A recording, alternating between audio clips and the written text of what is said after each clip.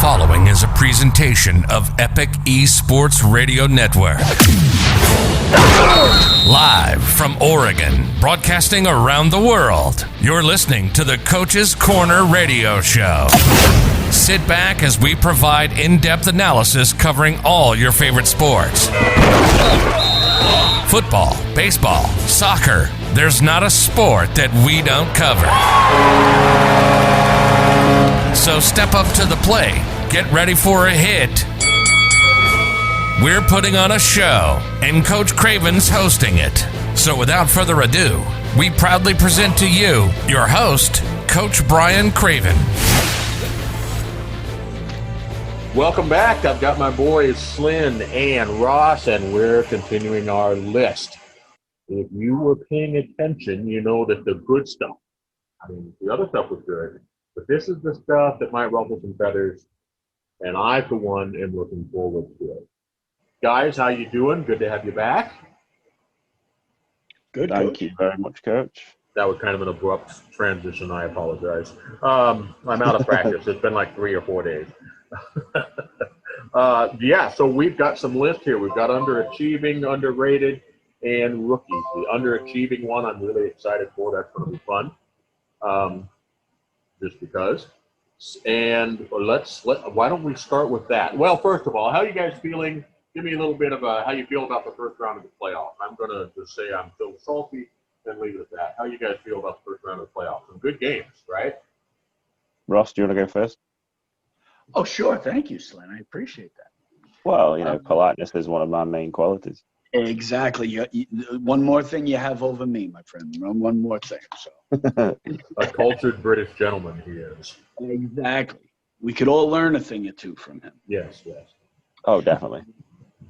I thought the playoffs were really interesting. I think everything happened what people thought was going to happen. I did have in our previous segment the Lone Star pulling it out, and as you know, Coach, and that was, to me, that was one of the more entertaining games of the weekend, and that really came down to the wire. And I thought Lone Star was going to pull it out, but it was a really great weekend overall. They were good games. Mm-hmm. Yeah. Oh. Oh, you can just feel the depression. I thought, it's just straight. It's so strange to me that, you can have so many kind of run-of-the-mill games during the season. You get the odd crazy game, but it seemed like all the crazy games were saved up for this round of the playoffs. Right. Like every game was in its own way just something we've never really seen before, or haven't seen for a long time. Like the fact that Vancouver won by so many, yet we're down by so much. Oh yeah. Oh my day! Like I was watching it. It was 23-0. I thought, you know what, this is over. I'm gonna go make a drink. Came back. It was Vancouver were winning 34-23. I was like, how has that happened? And yeah, I didn't actually catch because of the time difference. I didn't catch the end of the Lone Star game, but as I understand, it was quite a heartbreaker. Yeah. Well, they had a little bit over 200 yards total offense. We had almost 400 yards total offense. Won the turnover game, won the time of possession game, didn't win the game. So it happens. But yeah. I was the same way on the Vancouver one. I didn't step away on purpose. Somebody came over and they had a couple things to take care of, and it's like, oh well, it's like Vancouver's not moving on. And then when I came back, it was 41-23. It's like, what the heck happened? I had to go back and watch the game later to see the whole thing. That was some comeback. But that's Vancouver. Yeah. They can score in a bunch. Yeah. So. Yeah, it's not as surprising as you might think, really. Yeah. We've got some great matchups coming up. That's going to be fun to watch. It's weird. It was weird to the next day not be like, okay, let's get to scouting. But it was like that last year too.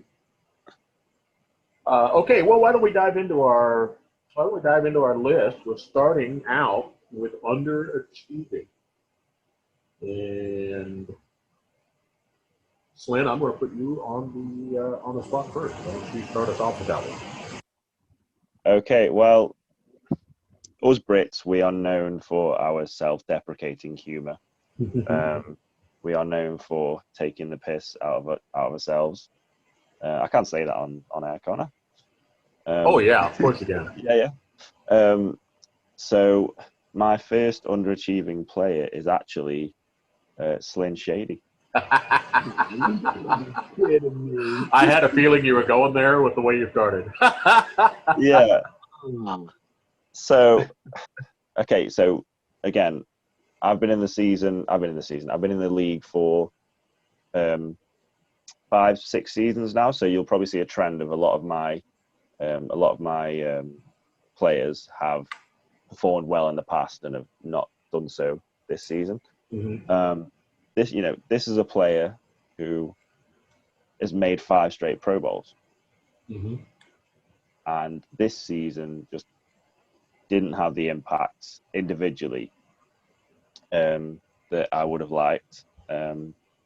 Would occasionally show up in games to make a big play, but it wasn't really a constant wall that he usually is. Outshined by Day Drury next to him at the linebacker spot, and I just felt like Shady didn't really earn his contract this season. That happens a lot when they get those that fat contract, though, right? I mean, they're just something. I'm kidding. No, I think. Yeah, I mean, part of me wonders whether it's it's a move to whether it's something to do with the fact that there's more stars on the defensive side of the ball now, which maybe means that the star players stand out less. But as well, I'm wondering whether he plays better at. He was inside linebacker this season, and I'm wondering if he plays better as an outside linebacker, whether that would improve his performance. But and to be honest, it's not even straight tackles, because when I kind of gauge someone's performance, a player's performance, I don't just look at the tackles, because anyone can rack up the tackles. Anyone can do that. I kind of look for tackles for loss, pass deflections, the combinations with that, and even that was way down on the usual standard. So, yeah, myself, I am my first underachieving player this season. All right. My next player is another player who we are used to seeing, basically is normally up there with defensive player of the season, and that is Alex Dominguez. Big sexy. This is a player who is, I mean, at one point in time, this player got 40 sacks in a season.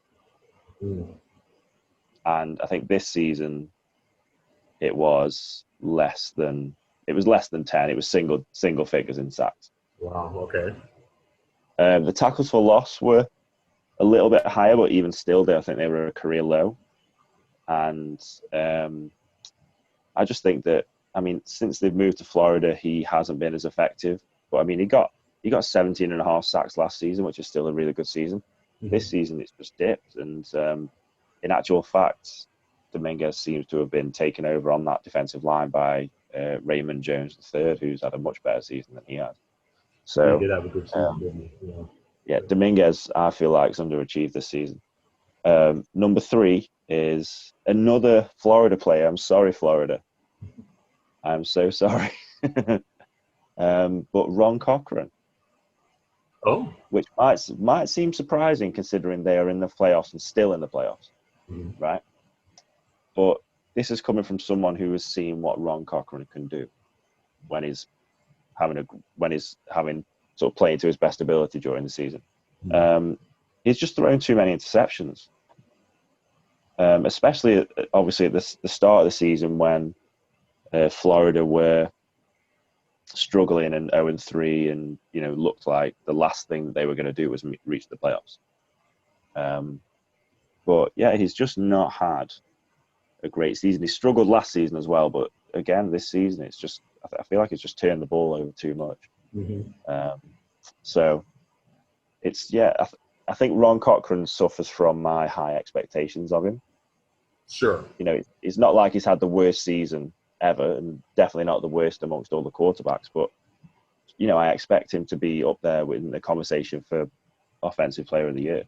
So right. under that lens, he's underachieved. My next player is another offensive player, and it is Jet Zero. The running back in Queen City. Just never really got going.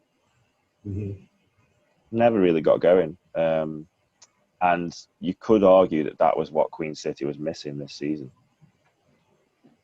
Not that I want to put everything on all of Queen City's problems on Jet, but only 2 touchdowns, not particularly many yards. Didn't really help on third down, despite being a big sort of power back. And one of these players that I was Zero a fullback last season, or he was, yeah, one of these players who seems to have struggled between the sort of transition between fullback and running back. But I'm sure at the start of the season, this community were thinking that Jet Zero was going to have a really good season, and he just hasn't lived up to those expectations. Then finally, purely based on the fact that he was in the sort of conversation for Defensive Player of the Season last season, I'm going to go with Zane Doty. Oh, okay. The cornerback in Carolina. 2 interceptions all season. That's quite a drop, isn't it? Granted, 1 forced fumble, but 3 turnovers, only 6 pass deflections. Now you could argue that teams have been avoiding him, but when you look at the fact that Doty last season had, if I just get it up now, let me find it, 13 interceptions. It is quite a drop off in performance. Yeah, it is. And is quite disappointing. Now, if you look at his career, 2 interceptions is fairly standard. So it makes you wonder whether Doty was just a one-season wonder and won't be able to recapture that such high level of performance. So I'm sorry, Zane, but you are my number 1 underachieving player of the season. Well, like you say, if you set the bar really high, it's a problem, isn't it? It's a challenge. Yeah, there's expectation that comes along with that. Yeah. And that's kind of why I've put myself on the list, not because I expect such high performance from myself every game. It's just that if you look at the previous seasons, you've got a player who's playing at a Pro Bowl level or an All-Star level, and then for such a drop off, it's just you can't say it's not an underachievement. Right. No, I hear you. It makes perfect sense. I do think, because I was thinking about this when I was looking at my list, I think that there is, I think we're still in a bit of a transitional period in the league. One of them, and you mentioned this, you said with so many defensive players that might make defensive players a star not stand out quite as much. There's just not as many opportunities. And so that could be some of it. Although for somebody like Zane, there weren't more defensive players in the backfield with him last year. Maybe you'd have to do a real deep dive. Maybe he wasn't getting just as many passes thrown his way because of other factors. It's hard to say. But I do think that does come into play. And I know, looking at my list, some of it I felt like maybe it was a little unfair just because of how. I mean, life is not fair, so get used to it, fellas. But depending on just how things, you could have like even a reasonably good season and still look like you're underachieving. Just based on circumstances. Not all of those players on my list had bad seasons. It wasn't a list of the worst seasons in the league. It was just those players that we feel like didn't live up to expectation or didn't live up to past performances. Like Dominguez didn't have a bad season, but if you look at someone who in the past was capable of getting 40 sacks. Now, I know that teams have invested in offensive line play, but also teams have now got more defensive players along the back line, so along the defensive line. So in theory, you know, he's got more one-on-ones. He's got more chances to get to the QB. So, yeah, it's about that expectation you set. And, you know, if you don't want to be on this list, then just play terribly every season, and then you won't be.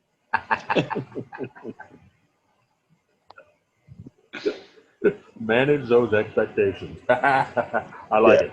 All right, Ross, you going to shake us up here at all? What have you got for us? Yes, I am, because I had a different approach to my list. Cool.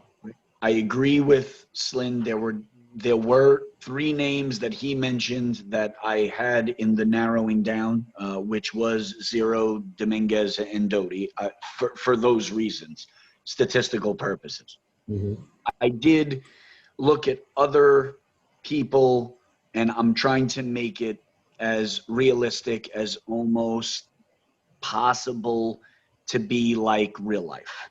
So if we're going to judge this the way, if there were analysts who were looking at a season and we're talking about NFL or college, I tried to look at it like that. Stats do come into play, but other things come into play for me as well. My number 5 is Xander Gold. Okay. Had just a little over 2,700 yards passing this year, only threw 17 touchdowns, coming off of a season, his last season in New Orleans, where he threw for over 3,500 yards and 23 touchdowns. Mm-hmm. So I think those steps back, as well as Fort Worth having the playmakers that they have with Stephen Hacker and Robert Garrett Jr., I think that Xander Gold definitely underachieved going into this season, where I think people may have expected a little bit more. And with those weapons at your disposal, and to only come out with that season that looks like a severe step back. I mean, you're talking about almost 1,000 yards less, and not even throw 20 touchdowns. I think that was definitely an underachiever for me this season. Sure. I'm going to stick at quarterback at number 4.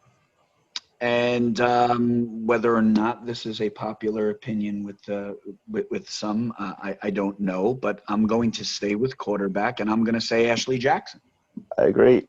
Okay. I'm going to say that to throw for only 2,900 yards with over 300 completions, only 15 touchdown passes, which were worse than Xander Gold, almost 30 interceptions, and especially how hot Arizona started and what good of a season she was having to start with in those first 6 games. They were 4-2. She threw over 300 yards in a couple of those games. She was, I believe, 6 touchdowns to 2 interceptions in those games. And she really looked like, wow, this could be a really good season. And then the wheels fell off for her real quick right there. So to me, that's just an underachieving season. Sure.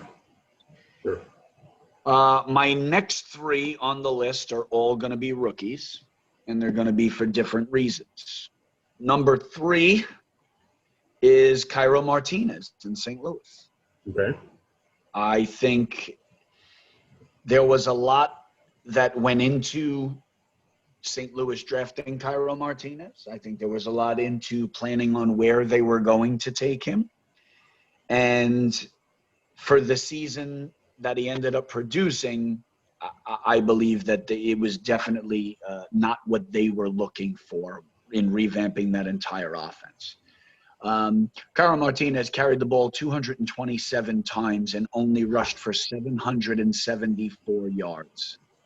Out of 14 running backs that carried the ball over 200 times this season, he rushed for the least amount of yards out of all of them. Okay. there were people that had 1,000-yard seasons with less than 20 carries more than he had. So the yards per carry and the production for the amount of times he rushed the ball definitely was an underachieving season for me. I can see that. My next two are purely on where they were drafted. This is where I'm looking at things like real life. And Slinn beat me to it because I figured I'd be the only one. But my number 2 on my list is my player in Louisiana.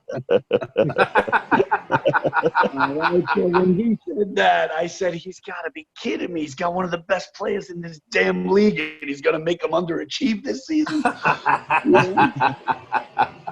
Oh, man. So, Guarantee Brian's picked himself as well.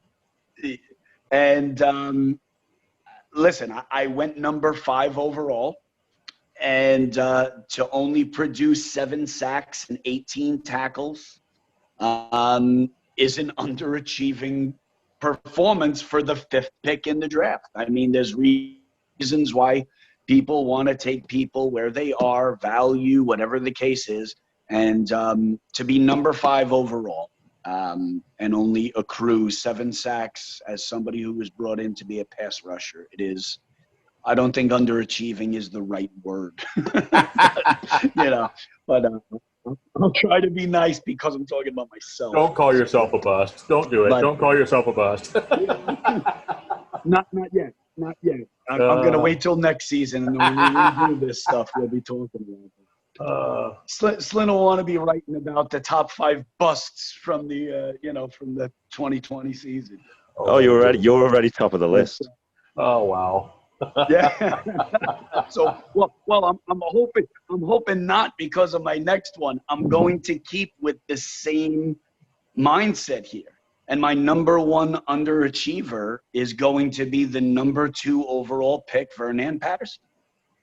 I mean, number 2 overall, best valued, agreed across the board as a defensive lineman in the game, was brought there to anchor, to be a run stuffer, and to really anchor a young defensive line in Portland. And it was a quiet season, to say the least, for the number 2 overall pick in the draft. So I'm going to say that I'm going to keep with the same pattern that the number 2 and the number 5 pick were not impact players in any way in our rookie seasons, and we deserve to top the list of underachieving for where we were. So that's my 5. That is I didn't even look at it that way, Ross. Didn't even consider it. That's interesting. And I love it. It's outside the box thinking. That's pretty good. Well, gosh, I'm about to let you down because I didn't put myself on the list. I thought I overachieved last season, and this was probably more like what I ought to do. Okay. Okay. Or I was just going to blame the coach. Whatever it was, it's not my fault. No, I looked at it and hey, apologies to anyone who gets their feelings. Oh wait, no, I'm not apologizing. It is what it is. I had just watched Moneyball. All right. So when I was looking at this, I was going through the values of the players and looking at the end result for the team. Again, in some ways not fair because there's other factors that come into play, but nonetheless, that's how I looked at it. So I have, as number 5, I have AJ Caswell. Pretty spendy for a quarterback, and they didn't make the playoffs. He didn't have a bad season. It was fine, but for that kind of cap hit, you wanting, I'm wanting to go into the playoffs a bit, especially at that quarterback spot. My number 4, you know, a lot of turmoil, a lot of things changing there, and he also had he had a rookie on his team that played pretty well that took some garbage away from him. But for the cost, on a cost-benefit analysis, I had Vin Kalia on that list. Not a bad season, not a bad season at all, but not a season I'm looking for from someone that makes that kind of a contract. Number 3, I'm on takes. This one in particular, I expected to see all 3 of those linebackers on the field more than Portland did. And so Amon, if he bothered to listen to this, might feel really salty about being on this list, but he was on the bench a lot. And that wasn't so much him as it was how he was used. Nonetheless, Moneyball, cost-benefit analysis. I've got him on tape. Number 3 on my list. Number 2, T.D. Drew, very highly paid quarterback, and they didn't get a whole lot out of it in terms of payback for the team. And number 1, Gabriel Manning. Thought you might be going there. Yeah. I mean, that's not actually much of an outside-the-box thinking in saying that. You're looking at a lot of cap space, and it hasn't translated into a championship or frankly, even a playoff run. And, you know, so to me, that's an underachieving player. Yeah. I think it's interesting how we've all looked at this in a different way. I like it. I like it. It makes it interesting. Gone more sort of financial in terms of cap hit. I've gone more sort of past performances to now, and Ross has gone more kind of, you know, use the draft as a quantifier, which I think that's and it's not like, to the people listening, it's not like we got together and decided this. This has just organically happened. Right. You know, this is the first time we're hearing each other's picks. So I really like how that's kind of turned out. Yeah. Yeah, that was an interesting exercise. I enjoyed that. Yeah, Manning is. I mean, I thought you were going to go with Manning when I saw that he'd only got 5 touchdowns. When I was doing, which isn't enough at the end of the day. And in reality, I mean, you can get over 1,000 yards, but there's points are what matter at the end, and he's only got 5 touchdowns. So yeah. Well, and I'm remembering that Moneyball line. Your goal shouldn't be to buy players. It should be to buy wins. And they didn't buy wins with him. And if you think as well that he probably, I don't know exactly, but he probably had 1 or 2 games where he went off and got 2 touchdowns each. That's if he only got 5, that's a lot of games without any touchdowns from Manning at all. I think there was one. Was there one game that he got injured? There might have been, but even so, that's just one game, and I could be wrong. Yeah. I mean, he did. Was that 5 touchdowns, including a couple of special team touchdowns? Or was that 5 receiving touchdowns? Do you recall? I think I'm just on the receiving. Okay, because he did get a couple of special teams, but still. Yeah. You're not spending all that cap just for special teams, though. No, I'm not. Considering AJ Levy and Kai Cash, who were way cheaper, got pretty much the same amount of special teams touchdowns as Manning did, if not more. Then, you know. I think as we progress, and I'm gonna say right here that I actually think, and I could be completely wrong, but I'm sitting here looking at this. A couple things have come into play for me.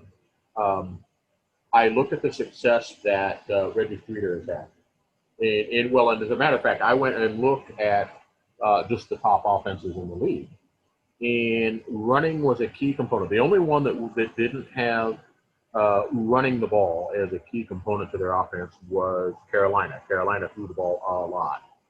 Now they did throw it to their running back a lot, but nonetheless they threw the ball a lot. The other factor of those top offenses, I think the top 10, if I'm remembering, remember I've had concussions. Carolina was the only one that wasn't in the playoffs. And so my point being that I actually am starting to wonder if that big money receiver is worth it anymore. I'm not saying you go, all bronze receivers or anything, but I think a couple of good receivers and then a decent third receiver and then a really solid running game is the ticket with the offenses the way they are. Or I'm sorry, with the defenses the way they are, because people are loading up to stop the pass, and we're seeing these like exorbitant interception numbers. I just have a feeling that it's possible people may decide that big money receiver isn't worth it for them anymore. Yeah. On a cost benefit analysis. I agree. What do I know though? I'm an unexperienced coach. In the playoffs. I did make the playoffs. Yes, I did. We are going to take a short break and then come back, and we're going to finish up with our last two lists. We're going to end on a positive note, and then just have a little bit of fun. So go refill your drinks and come on back.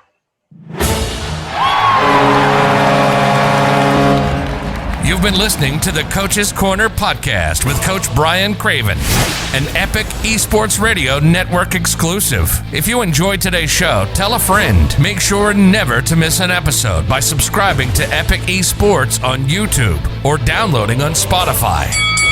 Follow us on Twitter and Instagram, and be sure to enable all notifications so you never miss our newest content. Thank you for listening.